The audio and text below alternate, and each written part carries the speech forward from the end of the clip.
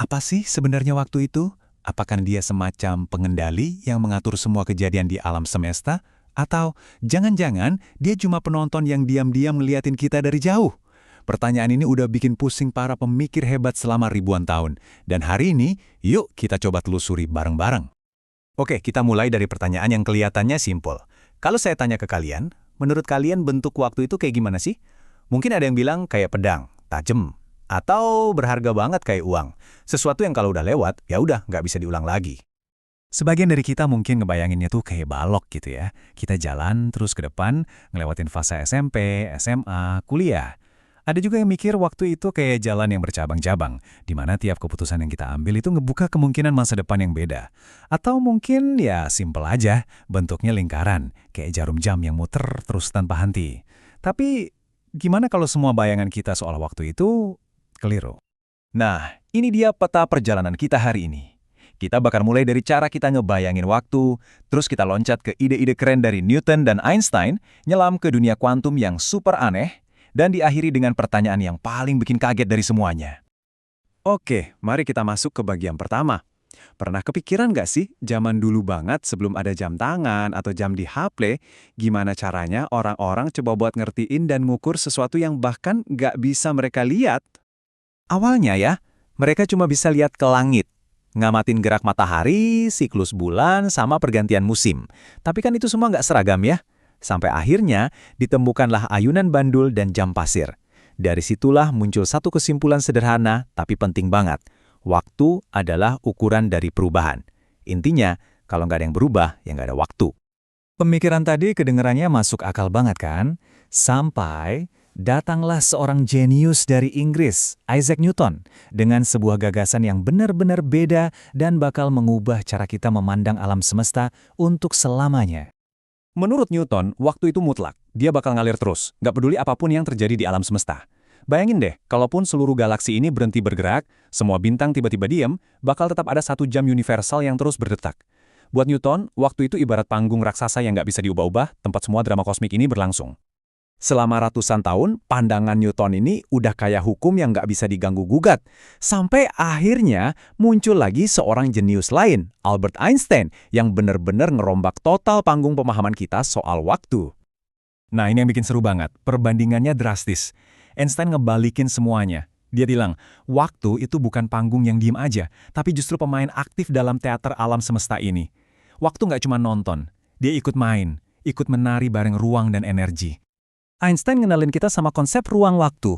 Coba bayangin ruang dan waktu itu kayak selembar kain yang sama. Nah, benda-benda berat kayak planet atau bintang itu bisa bikin kainnya jadi melengkung. Lengkungan itulah yang kita rasain sebagai gravitasi. Tiba-tiba, waktu bukan lagi penggaris lurus yang kaku, tapi sesuatu yang bisa melambat dan meregang tergantung kamu lagi ada di mana. Tapi ternyata, revolusi Einstein ini disusul sama revolusi lain yang bahkan, jauh lebih aneh lagi, yaitu waktu kita mulai ngintip ke dunia kuantum.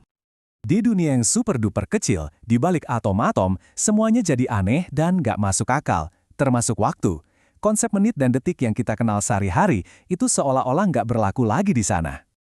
Para ilmuwan nemuin kalau waktu itu mungkin nggak ngalir mulus kayak sungai, tapi patah-patah, terdiri dari titik-titik atau piksel yang kecilnya bukan main. Potongan waktu terkecil ini disebut waktu Planck. Jadi kalau kita bisa ngezoom garis waktu, kita bakal lihat dia tersusun dari balok-balok kecil ini, persis kayak gambar di layar HP yang sebenarnya terdiri dari jutaan piksel. Dan buat ngasih gambaran, sekecil apa itu angka yang kalian lihat di layar ini, itu kira-kira jumlah waktu Planck yang terjadi cuma dalam 1 detik. 1 detik doang. Kebayang nggak?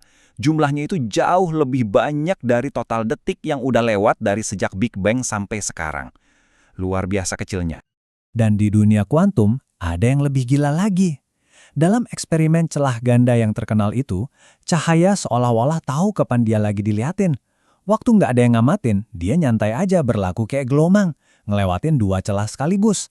Tapi begitu ada alat pengamat, dia langsung milih satu jalur, kayak partikel. Artinya apa? Tindakan kita mengamati itu mengubah kenyataan. Nah, implikasinya ini yang bikin pusing. Kalau partikel bisa ada di banyak tempat sekaligus, berarti ruang waktu juga bisa. Ini artinya urutan waktu yang kita kenal, dulu, sekarang, besok, jadi nggak mutlak lagi. Sebuah kejadian bisa terjadi sebelum, sekaligus sesudah kejadian lain. Di dunia kuantum, masa lalu, masa kini, dan masa depan bisa eksis barengan dalam satu waktu. Nah, semua keanehan ini akhirnya nimbulin satu pertanyaan raksasa. Kalau di dunia kuantum waktu itu nggak punya arah, kok dalam kehidupan kita sehari-hari, kita cuma ngerasainnya maju terus ya? Ini dia misteri besarnya, yang ngehubungin fisika kuantum yang anehnya minta ampun sama pengalaman kita yang biasa banget. Kenapa sih kita nggak bisa mengingat masa depan atau mengubah masa lalu yang udah kejadian? Jawaban dari sains yang paling umum itu adalah entropi. Gampangnya gini, alam semesta kita itu dimulai dari kondisi yang super teratur. Dan seiring berjalannya waktu, jadi makin berantakan. Kayak telur yang udah kita ceplok, nggak mungkin bisa balik jadi telur utuh lagi kan? Nah, proses menuju berantakan inilah yang kita rasakan sebagai panah waktu. Eits, tapi tunggu dulu. Apa kita yakin kalau teratur dan berantakan itu beneran nyata? Atau jangan-jangan itu cuma produk dari cara pandang kita sebagai manusia yang serba terbatas? Kita nggak bisa lihat dunia sampai ke level atomnya. Kalau aja kita bisa lihat setiap gerakan partikel, mungkin konsep acak dan teratur itu jadi nggak ada artinya lagi. Mungkin aliran waktu yang kita rasain ini muncul dari ketidaktahuan kita, dari fakta bahwa kita cuma bisa ngelihat sebagian kecil dari kenyataan. Bisa jadi, waktu itu adalah cerita yang diciptain sama otak kita, organ luar biasa yang kerjaannya merekam kejadian jadi ingatan, ngenalin pola, terus nebak-nebak masa depan. Rangkaian proses itulah yang menciptakan ilusi aliran satu arah. Jangan-jangan, kitalah manusia yang menciptakan waktu.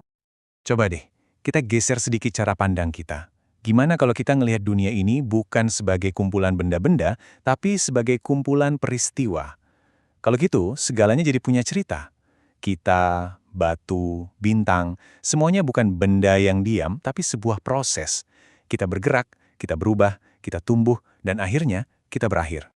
Jadi, mungkin waktu itu bukan pengendali, bukan juga penonton. Mungkin dia adalah sahabat seperjalanan kita buat ngertiin dunia. Sebuah misteri yang terus tersenyum ngebiarin kita belajar darinya, sedikit demi sedikit. Pertanyaannya sekarang adalah, kira-kira pelajaran apa lagi ya yang bakal diajarin ke kita selanjutnya?